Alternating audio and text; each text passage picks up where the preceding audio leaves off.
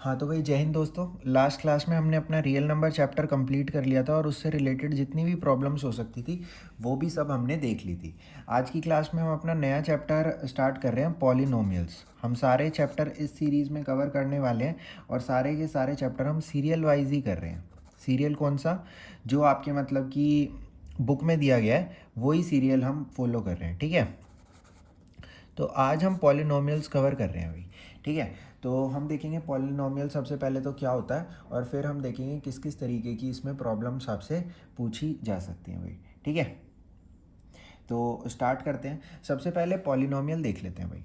जो पॉलिनोमियल होता है ना, ये फॉर्म कैसे होता है, जब हम एक से ज़्यादा या फिर एक एल्जेब्रिक टर्म को भी ले लेते हैं तो हमारा, और उनको हम क्या कर देते हैं, ऐड सब्ट्रैक्ट कर देते हैं, तब हमारा पॉलिनोमियल फॉर्म हो जाता है।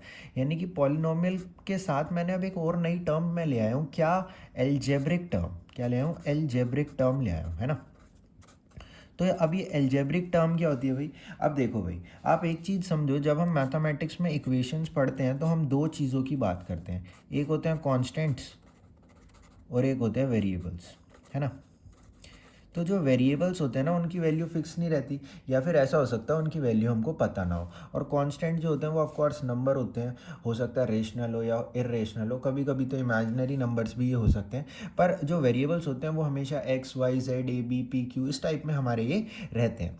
तो जब हम कांस्टेंट और वेरिएबल्स को मल्टीप्लाई कर देते हैं, क्या कर देते हैं, मल्टीप्लाई कर देते हैं, तो हमारी ना एक एल्जेब्रिक टर्म फॉर्म हो जाती है। फॉर एग्जाम्पल जैसे कि हमारी 3x फॉर्म हो गई, या फिर क्या फॉर्म हो गई, 3x स्क्वायर फॉर्म हो गई, या फिर सपोज 7xy फॉर्म हो गई, या फिर 7x स्क्वायर वाई जेड। इस तरीके से हमारी ये टर्म फॉर्म हो गई है। इन सभी टर्म्स में जो चार टर्म्स मैंने लिखी हैं, आप देखो, एक कांस्टेंट और कुछ वेरिएबल को मैंने मल्टीप्लाई कर रखा है। कांस्टेंट वेरिएबल कांस्टेंट और कुछ वेरिएबल्स इसके साथ मैंने डाल दिए। तो ये सब हमारी क्या हो जाती है, एल्जेब्रिक टर्म्स हो जाती हैं। अच्छा भाई, एल्जेब्रिक टर्म्स तो सर समझ में आ गए, पॉलिनोमियल क्या है। अब जब भाई हम इन एल्जेब्रिक टर्म्स को ऐड सब्ट्रैक्ट कर देते हैं तो वही क्या फॉर्म हो जाता है, पॉलिनोमियल फॉर्म हो जाता है, ठीक है।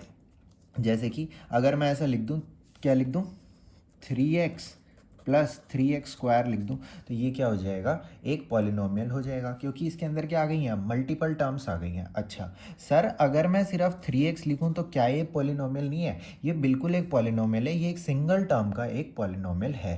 कहने का मतलब ये है, चाहे तो अपने पास एक इंडिविजुअल एल्जेब्रिक टर्म हो या फिर इनका कुछ ऐड सब्ट्रैक्ट करके कॉम्बिनेशन हो, तो उसको हम डायरेक्टली क्या बोल देंगे, पॉलिनोमियल बोल देंगे। अच्छा जी, ये बात तो सर समझ में आ गई, पर पॉलिनोमियल कितने प्रकार के हो सकते हैं, कितने टाइप हो सकते हैं इसके?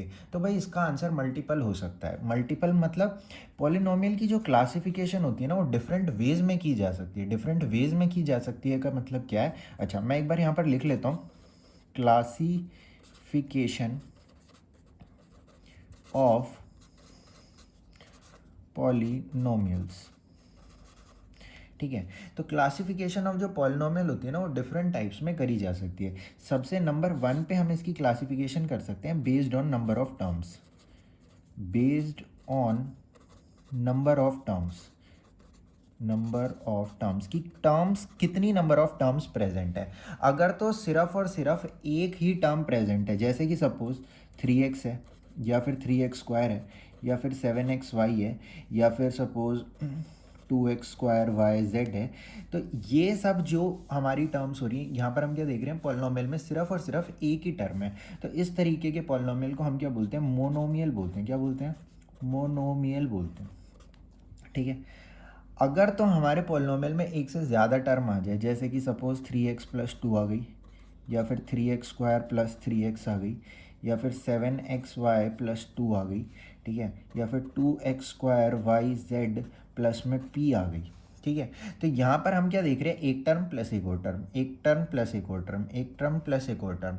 तो इस तरीके के पॉलिनोमियल को हम क्या बोलेंगे, बाइनोमियल बोलेंगे भाई। क्या बोलेंगे? बाइनोमियल। बाई मतलब दो, तो इसके अंदर कितनी टर्म्स हैं, दो टर्म्स हैं यहाँ पर। इस तरीके के पॉलिनोमियल को हम क्या बोल रहे हैं, बाइनोमियल पॉलिनोमियल बोल रहे हैं, ठीक है। इसके बाद अगर तीन टर्म आ जाए तो अब तो आप मेरे हिसाब से समझ ही गए होंगे, 3x square plus x plus 1 आ गया, ठीक है, 7x square plus y plus 2 आ गया, या फिर suppose 7x plus y plus z आ गया, या फिर 7x plus x square plus 2 आ गया, ठीक है। तो यहाँ पर हम क्या देख रहे हैं, एक टर्म प्लस एक टर्म प्लस एक टर्म, 3 टर्म बेसिकली यहाँ पर ऐड हो रही है। तो ये क्या हो जाएगा भाई, ट्राइनोमियल हो जाएगा, ट्राइनोमियल ये हो जाएगा। अच्छा सर, अगर 3 से ज़्यादा टर्म आ जाए तो? अब भाई हम 3 तक ही इस तरीके से नाम लिखते हैं, उसके बाद अगर जैसे कि 4 टर्म किसी पॉलिनोमियल में हमारे आ जाती है तो उसको हम डायरेक्टली बोलेंगे पॉलिनोमियल ऑफ 4 टर्म्स बोल देंगे, ठीक है। पॉलिनोमियल ऑफ 5 टर्म्स बोल देंगे अगर 5 टर्म आ जाती है, 6 टर्म्स आ जाती हैं तो पॉलिनोमियल ऑफ 6 टर्म्स बोल देंगे।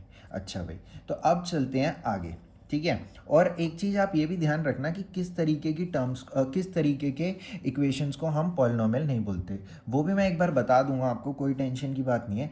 ये अभी हमने क्लासिफिकेशन किसके बेसिस पे देखी है, based on the number of terms. अगर तो एक टर्म थी तो मोनोमियल, 2 टर्म थी तो बायनोमियल, और 3 टर्म थी तो क्या बोल रहे हैं हम उसको, ट्राइनोमियल पॉलिनोमियल बोल रहे हैं, ठीक है। इससे ज़्यादा होगी तो डायरेक्टली हम नंबर ऑफ टर्म्स बोल के उस पॉलिनोमियल को डिफाइन कर देंगे। अच्छा भाई, इसके बाद हम डिफाइन कर सकते हैं इसको based on the degree of the polynomial. अच्छा भाई, ये डिग्री क्या चीज़ है, based on degree of polynomial. तो भाई जो भी हमारे पॉलिनोमियल में हाईएस्ट पावर अपीयर होती है ना, उसी को हम क्या बोलते हैं, डिग्री ऑफ द पॉलिनोमियल बोलते हैं। यानी कि हाईएस्ट पावर अपीयर होने का मतलब ये है कि आपको हर एक टर्म पे जाकर के देखना है। जैसे कि ये आपकी टर्म्स हैं, जैसे इसके अंदर भी एक टर्म ये, एक टर्म ये, एक टर्म ये, आपको हर एक टर्म पे जाकर के देखना है और अपने आप से पूछना है कि इसमें हाईएस्ट पावर कितनी है। आप यहाँ पे बता सकते हो कितनी है हाईएस्ट पावर, वेरिएबल की हाईएस्ट पावर कितनी है। तो यहाँ पे वेरिएबल की हाईएस्ट पावर 1 है, वेरिएबल की हाईएस्ट पावर 2 है। यहाँ पर वेरिएबल की हाईएस्ट पावर आप हो सकता है सोच लो 1 है, पर ऐसा नहीं है। यहाँ पर देखो वेरिएबल इतने हैं, तो जो वेरिएबल वाला पार्ट है उसकी हमारी पावर कितनी जा रही है, 1 इसकी और 1 इसकी। तो यहाँ पर टोटल पावर कितनी हो रही है, 2 हो रही है। यहाँ पर देखो, यहाँ पर 2 + 1 + 1, तो इस पॉलिनोमियल की डिग्री कितनी हो रही है, अगर ये सिर्फ एक पॉलिनोमियल हो जाए तो यहाँ पर इस टर्म की डिग्री कितनी हो रही है, 4 हो रही है, ठीक है। तो इसी तरीके से हम ना based on the degree of the polynomial भी अपने पॉलिनोमियल्स को क्लासीफाई कर सकते हैं। तो देखो इसके अंदर सबसे पहले क्या होता है, सबसे पहले होता है जिसकी डिग्री 1 है, जैसे कि ये लिखा है तो 3x है। या फिर सपोज़ कोई अगर 2 का मैं लेना चाहूँ तो, बायनोमियल लेना चाहूँ तो 3x + 1 है। अच्छा नीचे चला गया, कोई नहीं, 3x + 1 है, ठीक है। या फिर x + y + z है। तो अब यहाँ पर हम क्या देख सकते हैं कि अगर मैं इस पॉलिनोमियल में जाऊँ तो हाईएस्ट पावर कितनी मिल रही है हमको, 1 ही मिल रही है। इस पॉलिनोमियल में जाकर के देखूँ तो इसकी पावर 1 है, इसकी कितनी है, x की पावर 0 होगा ना, यहाँ पर x है ही नहीं, x की पावर 0 का मतलब क्या हो गया होगा, यहाँ पर 1 हो गया होगा, है ना। तो वही सिस्टम है। तो यहाँ पर हमारी हाईएस्ट पावर कितनी है, 1 है। यहाँ पर भी देखो 1 है पावर, यहाँ पर भी 1 है और यहाँ पर भी 1 है। तो इस तरीके के पॉलिनोमियल को हम क्या बोल देते हैं भाई, लीनियर पॉलिनोमियल बोल देते हैं। क्या बोल देते हैं, लीनियर पॉलिनोमियल बोल देते हैं, जिसके अंदर डिग्री क्या हो, 1 हो, हाईएस्ट पावर क्या हो, 1 हो, ठीक है। अब इसके बाद चलते हैं जिसके अंदर डिग्री 2 हो, जैसे कि क्या हो सकता है, 3x² + x + 1। तो यहाँ पर डिग्री 0, यहाँ पर हाईएस्ट पावर 0 इस टर्म में, इसमें 1 और इसमें 2। तो पूरे के पूरे पॉलिनोमियल में हाईएस्ट पावर कितनी नज़र आ रही है आपको, 2 नज़र आ रही है। तो अब क्या बोल सकते हो आप, इसकी डिग्री कितनी है भाई, 2 है, ठीक है। और देख लो, जैसे कि अगर कोई आपका सिर्फ सिंपल है 3xy + 1, तो इस फर्स्ट टर्म, इस वाली टर्म में डिग्री कितनी है, सॉरी पावर कितनी है, 0 है। यहाँ पर पावर कितनी हो जाएगी, यहाँ पर पावर 2 हो जाएगी, क्योंकि यहाँ पर कितने वेरिएबल हैं, 2 वेरिएबल हैं, एक एक ही है और दोनों का। तो 1 + 1 2 यहाँ पर हमारी हो जाएगी, ठीक है। और देख लो xy + yz + zx, तो इसकी भी डिग्री हमारी कितनी हो जाएगी, 2 हो जाएगी। यहाँ पर भी 2 है, यहाँ पर भी 2 है और यहाँ पर भी 2 है। तो इस तरीके के पॉलिनोमियल्स को हम क्या बोलते हैं, क्वाड्रेटिक पॉलिनोमियल बोलते हैं। क्या बोलते हैं, क्वाड्रेटिक पॉलिनोमियल बोलते हैं भाई, ठीक है। और लास्ट अपने पास क्या है, लास्ट अपने पास है जब हमारी क्या हो जाए, डिग्री 3 हो जाए, तो 3x³ + x² + x + 1 हो सकता है। या फिर सपोज सिंपल हो सकता है 3x³ भी हो सकता है, या फिर एक हो सकता है xyz भी हो सकता है, या फिर हो सकता है x² y हो जाए। तो इन सब में आप देख सकते हो, इसमें भी देखो हाईएस्ट पावर कितनी है, 3 है, हाईएस्ट पावर 3 है, यहाँ पर भी पावर 3 हो जाएगी और यहाँ पर भी पावर 3 हो जाएगी। तो ये क्या हो जाएगा, क्यूबिक पॉलिनोमियल हो जाएगा। अच्छा भाई, अब आप ऐसा मत सोचना कि अगर तो एक पॉलिनोमियल में डिफरेंट वेरिएबल आ गए हैं, जैसे कि इसमें एक्स वाई जेड आ गया, तो ये एक पॉलिनोमियल ही नहीं है। ऐसा बिल्कुल भी नहीं है। जो हमारा थर्ड वे होता है to qualify, third third way जो होता है हमारा टू क्लासीफाई। अच्छा, एक 4 क्यों लिख दिया मैंने यहाँ पे? ये सेकंड वे था अपना, ठीक है, तो इसको काट के ही लिख देता हूँ मैं, ठीक है। तो ये सेकंड वे हमारा ये था। थर्ड वे हमारा क्या हो सकता है? Based on the number of variables. तो based on the number of variables हम ऐसा कुछ नहीं करते कि भाई इस तरीके से कुछ डिफरेंट नाम देते हैं, जैसे कि यहाँ पर monomial, binomial, trinomial, linear, quadratic, cubic दिया है। बस हम एक तरीके से अपने दिमाग में ये बात रख रहे हैं, based on number of variables, number of variables कि जो हमारा पॉलिनोमियल है उसमें कितने वेरिएबल है, ये बात भी हमारे दिमाग में रहनी चाहिए, ठीक है। तो इसके अंदर ऐसे कुछ हम डिफरेंट नाम नहीं देंगे। इसके अंदर हम डायरेक्टली लिख सकते हैं क्या, polynomial with 1 variable, 2 variable, 3 variable, ऐसे इनके नाम सीधे हो जाते हैं। मतलब ऐसा कुछ स्पेसिफिकली डिफरेंट नेम इसके लिए हमको नहीं दिया गया, ठीक है। तो आप बस ये ध्यान रखो कि पॉलिनोमियल को 3 तरीके से क्लासिफाई करा जा सकता है, based on number of terms, monomial, binomial, trinomial. Based on degree of the polynomial, degree क्या है, हाईएस्ट पावर जो पॉलिनोमियल में हमें दिखती है वो क्या हो जाती है, उसकी डिग्री हो जाती है। इसमें क्या दिखे हमें, लीनियर, क्वाड्रेटिक और क्यूबिक दिखे। फिर based on number of variables, तो इसके अंदर हम डायरेक्टली बोल रहे हैं polynomial with one variable, polynomial with 2 variable, polynomial with 3 variables. अच्छा भाई, अच्छा, एक चीज़ आप ध्यान करो, 9th क्लास में आपने क्या पढ़ा था, ज़ीरो ऑफ द पॉलिनोमियल पढ़ा था। क्या पढ़ा था? ज़ीरो ऑफ द पॉलिनोमियल पढ़ा था, है ना। ज़ीरो ऑफ द पॉलिनोमियल आपने पढ़ा था। तो आप एक चीज़ मेरे को बताओ, ज़ीरो ऑफ द पॉलिनोमियल होता क्या था? खुद याद करो अपने दिमाग में, ज़ीरो ऑफ द पॉलिनोमियल क्या होता था। तो ज़ीरो ऑफ द पॉलिनोमियल ऐसी वैल्यू ऑफ एक्स होती थी जो कि ना पूरे के पूरे पॉलिनोमियल को ज़ीरो बना के रख दे, ठीक है। तो मैं यहाँ पर लिख रहा हूँ, ऐसी value of x, such value of x, value of x which makes whole polynomial किसके equal, equal to zero, equal to zero, ठीक है। Such value of x which makes whole polynomial equal to zero. जैसे हम रखते हैं ना P x है, तो एक्स की जगह हम क्या वैल्यू डाल दें कि पूरा का पूरा पॉलिनोमियल क्या हो जाए, ज़ीरो हो जाए। और ये स्टैंड हम परफॉर्म करते भी थे zero of the polynomial find out करने के लिए, अगर आपको क्लास 9th का थोड़ा बहुत ध्यान है तो, ठीक है। तो अब हमारा यहाँ पर काम क्या है, अब यहाँ पर ना हमको ज़ीरो ऑफ द पॉलिनोमियल निकालने के लिए डायरेक्टली तो नहीं बोलते हैं, कभी कभी बोलते भी हैं, पर वो हमको ना एक ग्राफ दे देते हैं और ग्राफ से देख करके पूछते हैं कि इस पॉलिनोमियल के कितने ज़ीरो रहे होंगे। तो उस ग्राफ को देख करके हम कैसे जज कर सकते हैं कि इस पॉलिनोमियल के कितने ज़ीरो हैं, वो बात हमको देखनी है। अच्छा भाई, एक चीज़ आप अपने दिमाग में हमेशा बिठा के रखना कि जितनी भी हमारी पॉलिनोमियल की डिग्री होती है ना, उतने ही हमारे ज़ीरो होते हैं। जैसे कि अगर कोई लीनियर पॉलिनोमियल है तो उसका एक ही ज़ीरो होगा, क्वाड्रेटिक है तो 2 होंगे, क्यूबिक है तो 3 होंगे। अच्छा, एक चीज़ और सुन लो, जो हमको स्टडी करनी है ना, वो सिर्फ और सिर्फ एक ही टाइप के पॉलिनोमियल की करनी है, पॉलिनोमियल विद सिंगल वेरिएबल, ठीक है, पॉलिनोमियल विद सिंगल वेरिएबल। बाकी जो जैसे मल्टीपल वेरिएबल के हैं, 2 वेरिएबल वाले, 3 वेरिएबल वाले पॉलिनोमियल, उनकी हमें स्टडी नहीं करनी है।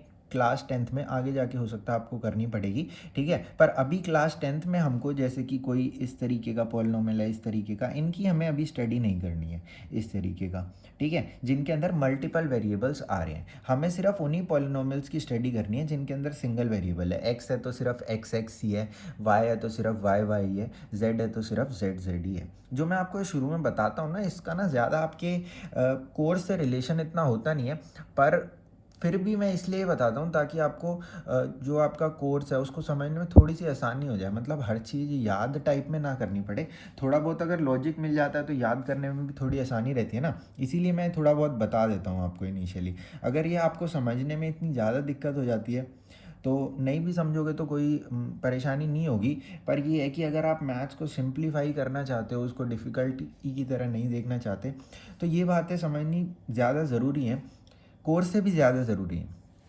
ठीक है, तो अब हम देखते हैं कि भाई पॉलिनोमियल का अगर हमको वो ग्राफ दे दें तो उसको देख करके हम कैसे पहचान सकते हैं। अब ये बात ध्यान रखना कि ऐसी वैल्यू ऑफ एक्स जो पूरे के पूरे पॉलिनोमियल को ज़ीरो बना के रख दे, उसी को हम क्या बोलते हैं, ज़ीरो ऑफ द पॉलिनोमियल बोलते हैं। ठीक है, तो अब हम ग्राफ देख लेते हैं एक बार पॉलिनोमियल्स का।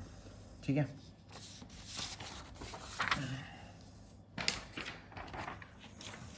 तो देखो भाई, क्वेश्चन पूछते हैं from the given graphs, from the given graphs, find the number of zeros of the polynomial, कि कितने जीरोज होंगे, number of zeros of the polynomial. ठीक है भाई, कितने जीरोज होंगे ये फाइंड आउट करना है। ठीक है, तो मैं यहाँ पर ग्राफ बना देता हूँ जल्दी से।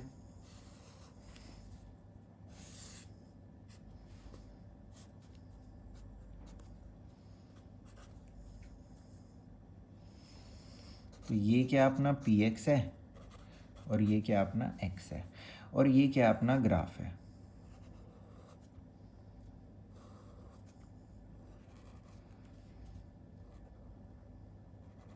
यहाँ पर ये जस्ट टच कर रहा है, तो ऐसे ही मैंने रैंडमली एक ग्राफ बना दिया है। एक और बना लेते हैं, ठीक है, क्योंकि यहीं पे कुछ बात है जो समझने की है।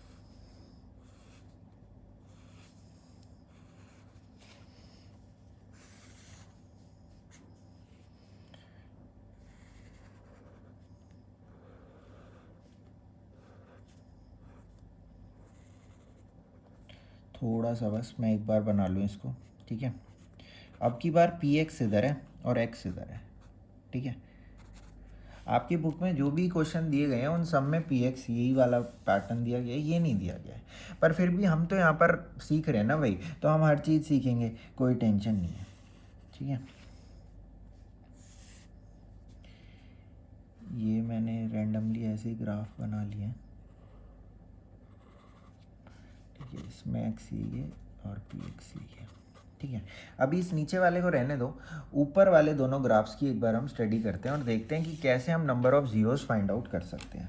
ठीक है, तो अब यहाँ पर हो सकता है आपने अगर थोड़ा पढ़ा हो तो आप डायरेक्टली देख के बता पा रहोगे 1 2 3 और 4 जीरोज़ हैं, और यहाँ पर भी 1 2 3 और 4 जीरोज़ हैं। पर देखो ऐसा नहीं है दोनों केसेस में।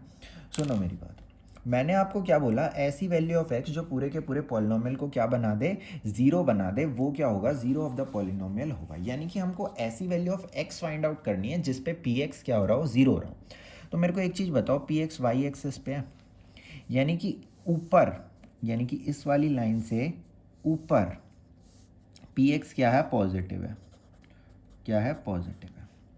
इस वाली लाइन से नीचे जो पी एक्स है वो नेगेटिव है, क्योंकि एक्स एक्सिस के नीचे जो वाई होता है वो नेगेटिव होता है। इस एक्सिस से ऊपर पी एक्स पॉजिटिव है, इस एक्सिस से नीचे पी एक्स नेगेटिव है, यानी कि इस एक्सिस पे पी एक्स की वैल्यू क्या है, ज़ीरो है। तो इस एक्सिस पे हमारा जो पी एक्स का कर्व है कितनी बार आया, एक बार, दो बार, तीन बार और चार बार। तो यहाँ पे हम क्या बोल देंगे, चार जीरोज़ है। पी एक्स यहाँ से ऊपर पॉजिटिव है, नीचे नेगेटिव है, तो इस एक्सिस पे क्या होगा, ज़ीरो होगा। इस एक्सिस पे पी एक्स कितनी बार आया, चार बार आया, तो चार ज़ीरोज़ हो गए। बड़ी सिंपल सी बात थी, इसमें कोई ज़्यादा दिक्कत होनी भी नहीं थी। पर आप यहाँ पर भी अगर सेम काम कर देते हो ना, तो देखो भाई ये बात गलत है, क्योंकि यहाँ पर पी एक्स कहाँ पर है, एक्स एक्सिस पे। इसका मतलब ये अपना क्या है, वाई है, वाई एक्सिस है। तो इससे इस तरफ ये पूरा क्या है, यहाँ पर पी एक्स क्या है, पॉजिटिव है। इससे इस तरफ पी एक्स क्या है, नेगेटिव है। इस तरफ इस एक्सिस के इस तरफ पी एक्स पॉजिटिव है, ये पूरा पार्ट क्या है, पॉजिटिव है, ये पूरा पार्ट क्या है, नेगेटिव है। तो इसका मतलब इस एक्सिस पे पी एक्स क्या हो रहा होगा, ज़ीरो हो रहा होगा। ये बात आपको समझ में आ रही है। इस एक्सेस से राइट हैंड साइड में पी एक्स पॉजिटिव है, लेफ्ट हैंड साइड में पी एक्स नेगेटिव है, तो यहाँ पर पी एक्स क्या है, ज़ीरो है। कहाँ पर, इस एक्सेस पे। तो आपको अगर याद करने का शौक चढ़ा है तो आप इस तरीके से भी याद रख सकते हो कि पी एक्स अगर तो वाई एक्सेस पे है तो आपको ये देखना है कि ये ग्राफ अपना एक्स एक्सेस से कितनी बार टकरा रहा है, और अगर तो पी एक्स एक्स एक्सेस पे है तो आपको ये देखना है कि वाई एक्सेस पे ग्राफ कितनी बार टकरा रहा है। बस उल्टा, अगर एक्स पे है तो देख लो वाई पे कितनी बार टकराया, और अगर y पे है तो देख लो x पे कितनी बार टकराया। बाकी लॉजिक मैंने आपको बता ही दिया, इसके पीछे का है क्या भाई। ठीक है, तो अब इस वाले में भी आप आराम से बता सकते हो देख के। ये हमारा पी एक्स जो है वो वाई एक्सेस पे है, तो एक्स एक्सेस पे ग्राफ कितनी बार टकराया, 1 2 3 बार टकराया, तो इसके कितने ज़ीरोज़ हो जाएंगे, 3 ज़ीरोज़ हो जाएंगे। एक नंबर में बहुत ज़्यादा ये क्वेश्चन पूछा जाता है आपसे डायरेक्टली, पर अगर कभी उनका आपका नंबर काटने का शौक चढ़ा तो इस तरीके से पी एक्स को वाई से उठा करके एक्स पे रख देंगे। पर अगर तो आपको ये कंसेप्ट पता है तो आप आराम से इस क्वेश्चन का भी आंसर दे दोगे, ज़्यादा कोई दिक्कत आने वाली आपको है नहीं।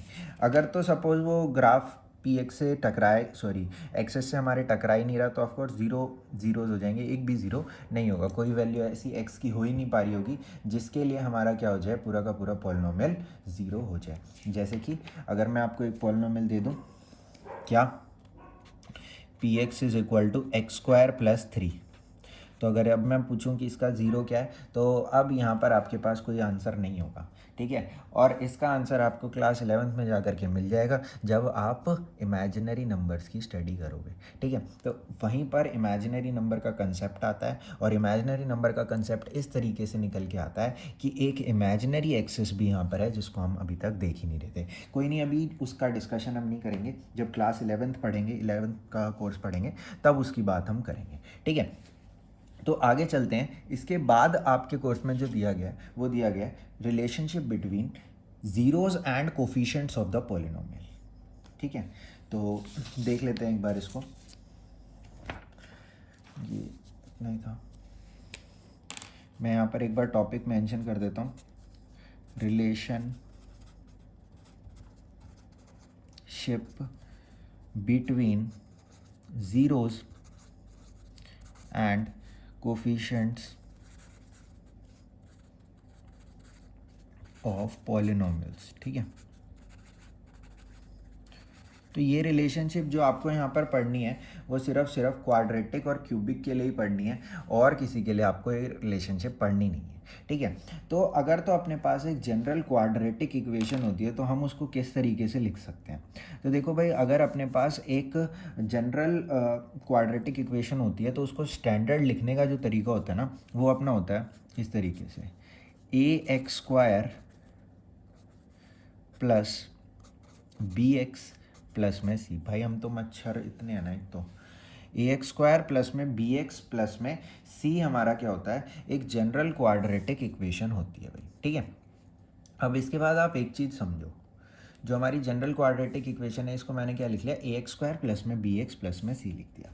अब ये कुछ ऐसा हमको बता रहे हैं कि जो हमारी क्वाड्रेटिक इक्वेशन होती है ना, इसको ऐसे भी लिखा जा सकता है। कैसे लिखा जा सकता है, अगर तो इस क्वाड्रेटिक इक्वेशन के जो ज़ीरोज़ है ना, वो सपोज़ अल्फ़ा एंड बीटा निकल करके आ गए हैं। क्या निकल के आ गए हैं, एक ज़ीरो तो अल्फ़ा निकल के आ गया और दूसरा ज़ीरो क्या निकल के आ गया, बीटा निकल के आ गया। मैंने आपको देखो अभी अभी थोड़ी देर पहले बताया था कि क्योंकि ये क्वाड्रेटिक है तो जितनी हमारी डिग्री होती है उतने ही क्या होते हैं, ज़ीरो होते हैं। तो 2 डिग्री है इस पॉलिनोमियल में, हाईएस्ट पावर कितनी दिख रही है आपको, 2 दिख रही है, तो यहाँ पर डिग्री भी इसकी कितनी हो गई, 2 हो गई। तो इसीलिए ज़ीरोज़ भी कितने आ गए, 2 ही हमेशा ज़ीरो आएंगे, मतलब मैक्सिमम ज़ीरोज़। तो यहाँ पर क्या आ गए, 2 ज़ीरोज़ आ गए। तो अब ये बोल रहे हैं कि जो हमारी इक्वेशन होती है कुछ इस तरीके से होती है कि अगर तो हमको ज़ीरोज़ पता है तो हम इक्वेशन को लिख सकते हैं। कैसे लिख सकते हैं, ये बोल रहे हैं x square minus sum of zeros into में एक्स प्लस में प्रोडक्ट ऑफ ज़ीरोज़। अच्छा सॉरी, प्रोडक्ट लिख दिया क्या मैंने, चलो कोई नहीं, प्रोडक्ट ऑफ ज़ीरोज़ मैं दोबारा लिख देता हूँ। ठीक है, यानी कि ये बोल रहे हैं एक्स स्क्वायर माइनस में सम ऑफ ज़ीरोज़ इनटू में एक्स प्लस में प्रोडक्ट ऑफ ज़ीरोज़। ये डॉट का मतलब मल्टीप्लाई होता है भाई, जहाँ पे कोई साइन नहीं होता वहाँ पे मल्टीप्लाई का साइन होता है। जैसे यहाँ पर एक्स और इस ब्रैकेट के बीच में कोई साइन नहीं है, मतलब मल्टीप्लाई का ही साइन है यहाँ पर भी, ठीक है। तो अब यहाँ पर ये बोल रहे हैं इस तरीके की इक्वेशन की बात कर रहे हैं। एक तो इन्होंने बात करी कि हमारी ये इक्वेशन होती है जो स्टैंडर्ड इक्वेशन होती है, यानी कि एक्स स्क्वायर के कोफिशिएंट को ए माना है, एक्स के कोफिशिएंट को बी माना है, और सी जो भी कांस्टेंट टर्म है उसको माना है। दूसरी ये बात कर रहे हैं, क्या बात कर रहे हैं, ये बात ये दूसरी कर रहे हैं कि एक्स स्क्वायर माइनस में सम ऑफ ज़ीरोज़ इंटू में एक्स प्लस में प्रोडक्ट ऑफ ज़ीरोज़। तो अगर तो आप यहाँ पर इन दोनों इक्वेशंस को कंपेयर करो तो आप इन दोनों को डायरेक्टली कंपेयर कर ही नहीं सकते। आप कहोगे सर क्यों, हम तो कर देंगे कंपेयर। आप भाई इन दोनों को इसलिए कंपेयर नहीं कर सकते क्योंकि यहाँ पर तो देखो एक्स स्क्वायर का कोफिशिएंट क्या है, 1 है, और यहाँ पर एक्स स्क्वायर का कोफिशिएंट क्या है, ए है, ठीक है। तो या तो कुछ ऐसा हो कि यहाँ पर भी कोई कोफिशिएंट डाला जाए, या तो कुछ ऐसा हो कि यहाँ से भी ये कोफिशिएंट हटाया जाए, ठीक है। तो मैं क्या कर रहा हूँ, इस पूरी इक्वेशन को ना ए से डिवाइड कर देता हूँ, इस पूरी इक्वेशन को ए से डिवाइड कर देता हूँ। तो ये क्या हो रही है, x square plus b by a x plus c by a. अब ये कंपेयर करने के लायक दोनों इक्वेशंस हो गई हैं। कौन सी, इक्वेशन नंबर 1 और इक्वेशन नंबर 2, ठीक है। तो अब अगर दोनों को मैं कंपेयर करता हूँ तो यहाँ से आप एक चीज़ देख सकते हो, एक्स स्क्वायर का कोफिशिएंट 1 है, एक्स स्क्वायर का कोफिशिएंट 1 है, कोई टेंशन नहीं। एक्स का कोफिशिएंट क्या है, एक्स का कोफिशिएंट यहाँ पे क्या है, minus of alpha plus beta, और यहाँ पे क्या है, बी बाई ए है, ठीक है। यहाँ पर कांस्टेंट टर्म क्या है, सी बाई है, और यहाँ पर क्या है, अल्फ़ा बीटा है। तो यहाँ पर अल्फ़ा बीटा है और यहाँ पर क्या है, सी बाई ए है। तो इसी को हम क्या बोलते हैं, relationship between zeros and coefficients, ठीक है। ये बी ए सी ए ये सब क्या है, कोफिशिएंट्स हैं, है ना। और अल्फ़ा बीटा क्या है, हमारे ज़ीरोज़ हैं। तो ये बोल रहे हैं सम ऑफ ज़ीरोज़ का अगर मैं नेगेटिव कर दूं तो वो बी बाई ए के इक्वल आएगा, और अगर मैं प्रोडक्ट ऑफ ज़ीरोज़ का, अगर हम ज़ीरोज़ का प्रोडक्ट कर दें तो हमारा क्या आएगा, सी बाई ए के इक्वल आएगा। सर ये तो बड़ा डिफ़िकल्ट सा लग रहा है, ये तो याद करना बड़ा मुश्किल हो जाएगा यार। तो याद करने की आपको ज़रूरत ही नहीं है। आपको याद करने की क्या ज़रूरत है, आपको याद करने की ये ज़रूरत है कि जो स्टैंडर्ड इक्वेशन होती है वो A x square plus B x plus में सी की फॉर्म में होती है। हो गई याद, कोई टेंशन नहीं है। दूसरी चीज़ जो याद करने की ज़रूरत है और जो इम्पोर्टेंट है, ये इतना इम्पोर्टेंट नहीं है, मैं दोबारा बोल रहा हूँ, इम्पोर्टेंट है ये, एक्स स्क्वायर माइनस में सम ऑफ ज़ीरोज़ प्लस में प्रोडक्ट ऑफ ज़ीरोज़, ठीक है। क्योंकि इसी से तो हमने निकाली है ना, तो जब हमारा मन करेगा हम दोबारा निकाल लेंगे, और देखना कभी हमारा मन करेगा ही नहीं, ठीक है। आप अभी देखना कि हमारा मन कभी करेगा ही नहीं, क्योंकि हमारे सारे क्वेश्चंस ही इससे ज़्यादातर हो जाएंगे। कभी कभी जब वो कंपेयर करने के लिए बोलेंगे तब हमको ये थोड़ा सा करना पड़ेगा, वेरीफाई रिलेशनशिप जब करने के लिए बोलेंगे तब इसका हमें थोड़ा सा काम आएगा। पर अगर ये दोनों इक्वेशन आपको याद हैं तो आप कभी भी ये रिलेशनशिप बता सकते हो दोनों को कंपेयर करके। फिर भी अगर आपको ये याद हो जाती है तो भाई अच्छी बात है, थोड़ा काम आपका जल्दी हो जाएगा, ठीक है। तो अब चलते हैं आगे और इसके ना थोड़े से क्वेश्चंस देख लेते हैं हम, ठीक है। तो क्वेश्चंस किस तरीके के आते हैं एक बार वो हम देख लेते हैं, ठीक है। तो अब मैं लिख ही देता हूँ, find a quadratic polynomial, find a quadratic polynomial, quadratic polynomial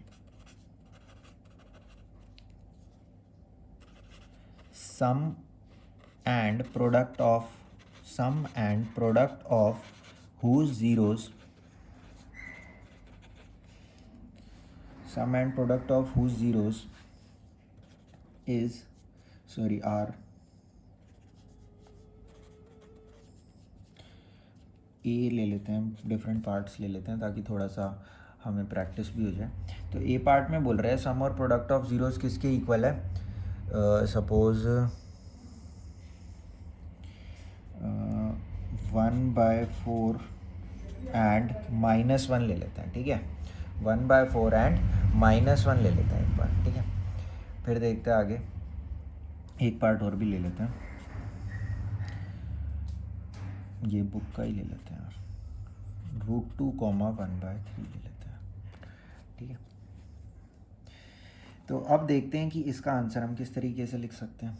तो देखो अभी अभी मैंने आपको इक्वेशन क्या बताई है कि जो हमारा क्वाड्रेटिक पॉलिनोमियल होता है वो इस फॉर्म में होता है। अब इन्होंने हमको क्या बोला है, the sum and product of whose zeros, ये हमको जीरो नहीं दिए हैं, इन्होंने डायरेक्टली हमको सम और प्रोडक्ट ही दे दिए हैं। यानी कि अल्फ़ा प्लस बीटा की वैल्यू इन्होंने बोल दी है 1/4 है, और अल्फ़ा बीटा की वैल्यू क्या है, -1 है फर्स्ट केस में। तो यहाँ पर अगर मैं सॉल्यूशन इसका लिखूँ तो बड़ी आराम से लिख सकता हूँ, x² minus sum of zeros, तो यहाँ पर क्या हो जाएगा, -1/4 इंटू में x, है ना, प्लस में प्रोडक्ट ऑफ ज़ीरोज़, तो प्लस में -1 डाल दिया। अगर आप इसको चाहो तो थोड़ा बहुत सिंप्लीफाई करके लिख सकते हो, कभी भी कोई टेंशन नहीं है, ठीक है। तो यहाँ पर देखो इसको मैं कैसे लिख रहा हूँ, x² माइनस में x/4 -1। अब आप एक बात समझो, जब भी आप इस तरीके का क्वेश्चन करो तो इस पूरे को आप k से मल्टीप्लाई कर देना। किससे मल्टीप्लाई कर देना, एक कांस्टेंट टर्म k से मल्टीप्लाई कर देना। ऐसा क्यों कर रहे हैं ये मैं आपको अभी थोड़ी सी देर में बताऊंगा, पर अगर आप ऐसा नहीं कर रहे हो तो हो सकता है एग्जामिनर आपका आधा मार्क्स काट ले, ठीक है। तो आप हमेशा इसको k से मल्टीप्लाई कर देना इस तरीके से, ठीक है। दूसरे क्वेश्चन में भी सेम वे में हम आंसर लिख सकते हैं। देखो क्या लिखेंगे, x² माइनस में सम ऑफ ज़ीरोज़ यानी कि √2 टाइम्स ऑफ x प्लस में प्रोडक्ट ऑफ ज़ीरोज़ 1/3, इसको भी हम k से मल्टीप्लाई कर देते हैं, या फिर कोई भी और constant where k is any constant, ठीक है। ऐसा क्यों कर रहे हैं, अभी जब हम ज़ीरोज़ और कोफिशेंट्स के बीच की रिलेशनशिप को वेरीफाई करेंगे तब हम वो बात भी देख लेंगे भाई, ठीक है। तो आगे चलते हैं और अब एक डिफरेंट तरीके का सवाल देखते हैं। सारे तरीके के जो भी क्वेश्चन आ सकते हैं हम सभी देख लेंगे, ठीक है। अभी इन्होंने हमको क्या बताया था कि सम और प्रोडक्ट डायरेक्टली दे दिया था। हो सकता है वो सम और प्रोडक्ट ना दें हमको, वो क्या देते हैं, वो हमको देते हैं ज़ीरो ऑफ द पॉलिनोमियल दे दें, है ना। तो ये बोल रहे हैं find a quadratic polynomial, find a quadratic polynomial, find a quadratic polynomial whose zeros are, अब की बार ज़ीरोज़ दे रहे हैं भाई, ठीक है। हुज ज़ीरोज़ आर, क्या है उसके ज़ीरोज़, सपोज़ यही दे दें 1/4 एंड -1 ही उसके क्या दे दें, अब की बार ज़ीरो दे दें। तो देखो अब की बार आप क्या करोगे, कोई नहीं, हमको तो पता ही है ना, we know a quadratic equation is given by a quadratic equation या फिर अ क्वाड्रेटिक पॉलिनोमियल। अच्छा भाई, यहाँ पे मैंने इक्वेशन लिख दिया था, उसको काट के ना पॉलिनोमियल कर दिया। अगर आप में से किसी को पता है कि इक्वेशन और पॉलिनोमियल के बीच में डिफरेंस क्या है तो आप मेरे को प्लीज़ बताओ। वी नो, जब हम अभी लीनियर इक्वेशन पढ़ेंगे तब मैं बताऊंगा आपको, ठीक है।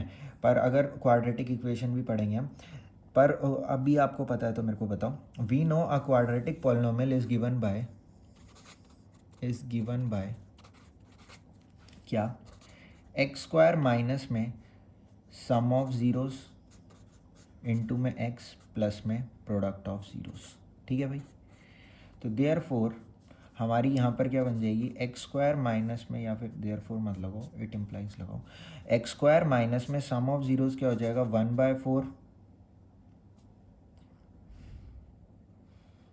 1/4 माइनस ये सम हो गया, डिफरेंस नहीं हुआ है, सम हुआ है, वो साइन ही नेगेटिव था, प्लस में प्रोडक्ट ऑफ ज़ीरोज़ ये हो गया भाई, ठीक है। तो सॉल्व कर दो बस थोड़ा सा, तो x² माइनस 3/4, तो ये क्या हो जाएगा, +3/4 टाइम्स ऑफ x, ठीक है।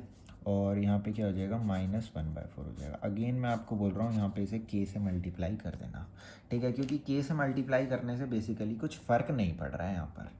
अभी देखते हैं क्यों नहीं पड़ रहा फ़र्क। तो ये भाई दो तरीके के क्वेश्चन हमने कर लिए। अगर तो वो सम और प्रोडक्ट डायरेक्टली दे दें तो भी हम आंसर निकाल देंगे, यानी कि अपनी क्वाड्रेटिक इक्वेशन निकाल देंगे। और अगर तो वो हमको पर्टिकुलर ज़ीरोज़ दे दें कि ये दो इसके ज़ीरोज़ हैं तो भी हम वो काम कर देंगे, कोई ज़्यादा बड़ी बात है नहीं। तब हम उनको ऐड कर देंगे और सब्ट्रैक्ट कर देंगे, ऐड सब्ट्रैक्ट तो करना आता ही हमें, है ना। तो अब चलते हैं भाई आगे, ठीक है। अब वो हमको एक डिफरेंट तरीके का क्वेश्चन दे रहे हैं, क्या बोल रहे हैं, find the zeros of the quadratic polynomial, मतलब तुम ही निकालो। अच्छा निकाल लेंगे भाई, find the zeros of the quadratic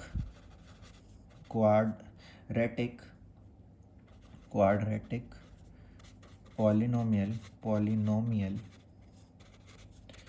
and verify the relationship and verify the relationship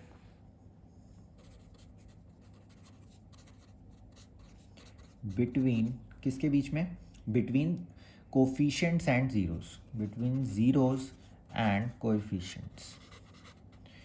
तो बड़ी सिंपल सी प्रॉब्लम आती है ये भी, बस इसके अंदर एक डिफरेंट पार्ट क्या ऐड हो गया है, वेरीफाई करने वाला पार्ट ऐड हो गया है।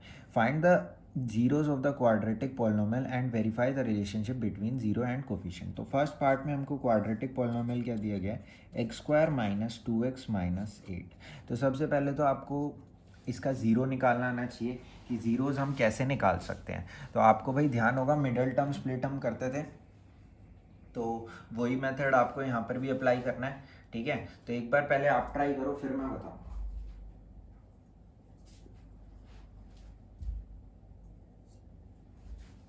तो देखते हैं। तो यहाँ पे अगर मैं इसकी मिडल टर्म स्प्लिट करने जाऊँ तो आपको मिडल टर्म स्प्लिट करते समय ना एक दो चीज़ों का ध्यान रखना होता है। अभी तो जैसे सिंपल है तो आपने पहचान ही लिया होगा 4 और 2 है, पर अगर थोड़ा सा मतलब कि कॉम्प्लिकेटेड या फिर बड़ी वैल्यूज़ यहाँ पर हो जाएं तो कभी कभी दिमाग नहीं काम करता है। तो उसके लिए देखो क्या आपको ध्यान रखना होता है। अगर तो फर्स्ट और लास्ट टर्म यानी कि एक्स स्क्वायर और ये का साइन डिफरेंट है तो बीच वाली जो आप मिडिल टर्म स्प्लिट करके लाओगे ना उनका भी साइन डिफरेंट ही आपको रखना पड़ेगा। ठीक है, यानी कि बी अगर साइन डिफरेंट होता है तो हमेशा क्या होता है, सब्ट्रैक्ट होता है। यानी कि 2 जो आपको लेकर के आना है वो सब्ट्रैक्ट करके लेकर के आना है, ना कि ऐड करके लेकर के आना है। ठीक है, अभी ये सिंपल प्रॉब्लम है तो आपको ये बात आराम से दिमाग में घुस रही होगी। अगर ये बात कॉम्प्लिकेटेड हो जाती, अगर ये थोड़े बड़े नंबर हो जाते, तब आपको इसका असली फ़ायदा महसूस होता कि मैं ऐड करके लेकर के आऊँ या सब्ट्रैक्ट करके लेकर के आऊँ। ठीक है, तो अभी यहाँ पर मैंने एक चीज़ पहचान ली कि सब्ट्रैक्ट करके लेके आना है, और साइन बीच में नेगेटिव रहेगा, ये आपको पता ही है। और जो बीच वाली 2 टर्म्स का प्रोडक्ट होता है वही शुरू की और लास्ट टर्म का प्रोडक्ट होता है। तो देख लेते हैं एक बार, मैं इसकी मिडिल टर्म स्प्लिट कर रहा हूँ, -4x प्लस 2x माइनस 8, यानी कि इन दोनों का जो प्रोडक्ट होगा वही इन दोनों का प्रोडक्ट भी होना चाहिए। ठीक है, तो इनका क्या हो रहा है, -8x², तो इनका भी देखो क्या हो रहा है, -8x² हो रहा है। यहाँ दोनों का साइन डिफरेंट है तो यहाँ भी दोनों का साइन मेरे को डिफरेंट ही रखना पड़ेगा। साइन डिफरेंट है तो मीन्स सब्ट्रैक्ट करना है। ठीक है, तो यही 2-4 बातें आपको ध्यान रखनी होती है। अब तो आप कर ही लोगे आगे। x दोनों में से कॉमन है, x-4 आ गया। आँख बंद करके x-4 यहाँ पर भी लिख दो। अगर तो आपने सही किया है तो यहाँ पर अगर x-4 आया तो यहाँ पर भी x-4 ही आएगा। तो पर ये आया कहाँ से है, 2x-8 से, यानी कि बाहर हमें क्या लिखना पड़ेगा, 2, ताकि ये क्या हो जाए, 2x-4 ही ये भी हो जाए। क्या हो जाए, 2x-8 ये भी हो जाए, 4 नहीं सॉरी 2x-8। ठीक है, अब x-4 यहाँ पे, x-4 यहाँ पे है तो इसको हम कॉमन ले लेंगे। तो देखो x-4 कॉमन आ गया, यहाँ पे क्या बचा x, यहाँ पे क्या बचा, प्लस का 2 बचा। ठीक है, अब जीरो ऑफ द पॉलिनोमियल होता क्या है, ऐसी वैल्यू ऑफ x जो पूरे के पूरे पॉलिनोमियल को क्या बना दे, ज़ीरो बना दे। क्या बना दे, ज़ीरो बना दे। ये पॉलिनोमियल ज़ीरो कब हो सकता है भाई, जब या तो ये ज़ीरो, तो ये ज़ीरो हो गया तो इसके साथ मल्टीप्लाई होगी, ये भी पूरा क्या हो जाएगा, ज़ीरो हो जाएगा।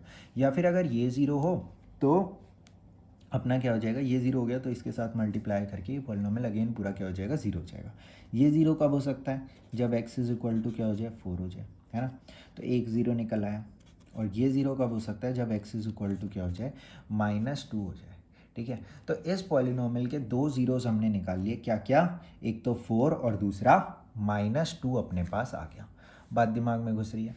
अब वो जो मैंने रेड कलर से हाईलाइट करके आपको दिखाया था वो याद करो आप, क्या दिखाया था कि minus of sum of zeros b by a के इक्वल होता है और product of zeros c by a के इक्वल होता है।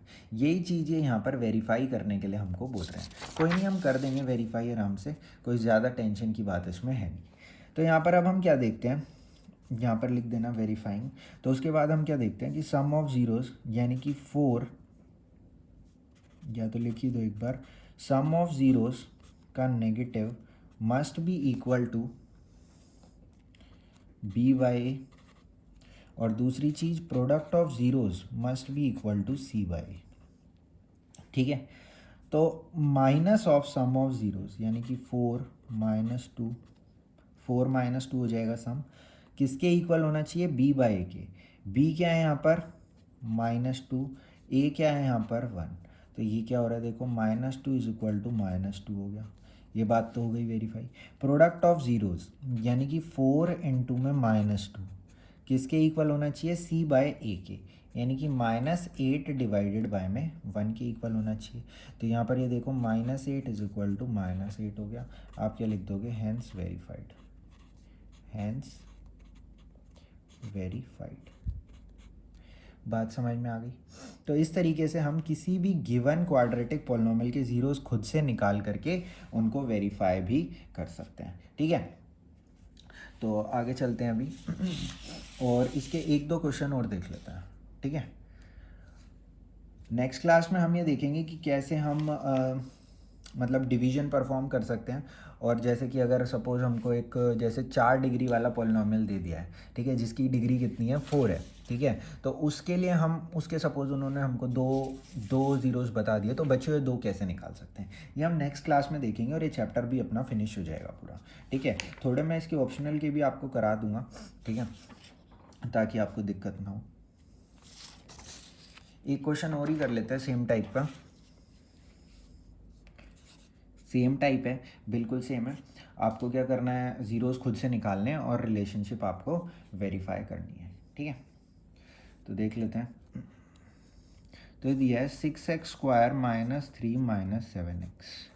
ठीक है, तो आंख बंद करके तो मिडिल टर्म स्प्लिट करना स्टार्ट कर मत देना। ये चीज़ ध्यान रखना, क्या चीज़ ध्यान रखना कि हमारी फॉर्म कैसी होती है। फॉर्म इस तरीके से होती है 6x² - 7x - 3, मतलब कि जो भी सबसे बड़ी पावर होती है उसको हम लेफ्ट हैंड साइड में ही शिफ्ट करने की हमेशा कोशिश करते हैं। ये काम देखना हम हमेशा करेंगे डिवीजन करते समय, जब हम दो पॉलिनोमियल्स को डिवाइड करेंगे तभी भी हम इसी तरीके से अपने पॉलिनोमियल को अरेंज करने की कोशिश करेंगे। ठीक है, तो अब इसकी मिडिल टर्म स्प्लिट ये देखो 6 3 से 18 हो रहा है, तो 9 और 2 इसकी मिडिल टर्म स्प्लिट हो जाएगी। वही बात, इन दोनों के साइन डिफरेंट हैं तो बीच वालों के भी साइन डिफरेंट रहेंगे। अगर इन दोनों के साइन यानी कि शुरू और लास्ट टर्म के साइन अगर डिफरेंट होते, सॉरी अगर सेम होते, तो बीच की दो टर्म्स के साइन भी सेम रहते। अब वो डिपेंड करता है कि वो दोनों नेगेटिव होते हैं या पॉजिटिव होते हैं, वो मैं नहीं कह रहा, पर अगर शुरू और आखिरी की टर्म के साइन जो है वो सेम है तो बीच वाली टर्म के भी साइन सेम रहेंगे स्प्लिट करने के बाद। ठीक है, तो इसकी मिडिल टर्म स्प्लिट कर लेता हूँ मैं। इसकी middle term split 9x + 2x - 3 देखो इन दोनों का मल्टीप्लाई क्या हो रहा है, 6 3 से 18x², 9 2 से 18x², यहाँ पर भी हो रहा है माइनस का ही। ठीक है, तो अब इसकी मिडिल टर्म स्प्लिट अगर मैं सॉरी मिडिल टर्म स्प्लिट तो हो गई है, कॉमन अगर मैं लूँ तो यहाँ पे क्या है 3x है, तो 2x - 3, यहाँ पर भी मैं अगेन बोल रहा हूँ आपको आंख बंद करके लिख दो 2x - 3, और यहाँ पे क्या आ जाएगा प्लस का 1 आ जाएगा, क्योंकि 2x - 3 ही से ही ये बना है। और देखो 2x - 3 यहाँ भी है, यहाँ भी है, तो कॉमन आ गया अगेन। यहाँ क्या बच गया, 3x बच गया, और यहाँ पे क्या बच गया, 1 बच गया। ज़ीरो ऑफ द पॉलिनोमियल का मतलब क्या होता है, जो पूरे के पूरे पॉलिनोमियल को ज़ीरो बना दे, यानी कि या तो 2x - 3 = 0 या तो 3x + 1 = 0, तभी ये पूरा पॉलिनोमियल क्या बन सकता है, ज़ीरो बन सकता है। यहाँ से x की वैल्यू क्या आ गई 3 डिवाइडेड बाय में 2, ये -3 उधर जाके क्या हो जाएगा +3 हो जाएगा, और डिवाइड में क्या आ जाएगा 2 आ जाएगा, और यहाँ पे x की वैल्यू क्या आ जाएगी -1/3 आ जाएगी। ठीक है, तो अब हमें क्या करनी है, रिलेशनशिप वेरीफाई करनी है, तो वो भी कर देते हैं, कोई बड़ी बात नहीं है। तो देखो यहाँ पे सम ऑफ ज़ीरोज़ क्या होगा, हमको क्या पता है अल्फ़ा प्लस बीटा के नेगेटिव को b/a के इक्वल करना है, और अल्फ़ा बीटा को c/a के इक्वल करना है। ठीक है, तो अल्फ़ा प्लस बीटा क्या हो जाएगा 3/2 - 1/3 का नेगेटिव, और b/a क्या होएगा अपना, b क्या है -7 और a क्या है 6 है, तो इसको सॉल्व करके देखते हैं। तो ये 6 हो गया, 9 - 2 हो गया इज इक्वल टू -7/6 हो गया। ठीक है, तो अब यहाँ पे हम देख सकते हैं माइनस का 7/6 किसके इक्वल हो गया, -7/6 के ही इक्वल हो गया। ठीक है। तो ज़्यादा बड़ी बात इसमें कुछ थी नहीं, आपको बस ये सम करना है और देखना है क्या वो b बाई ए के इक्वल आ रहा है या फिर नहीं आ रहा।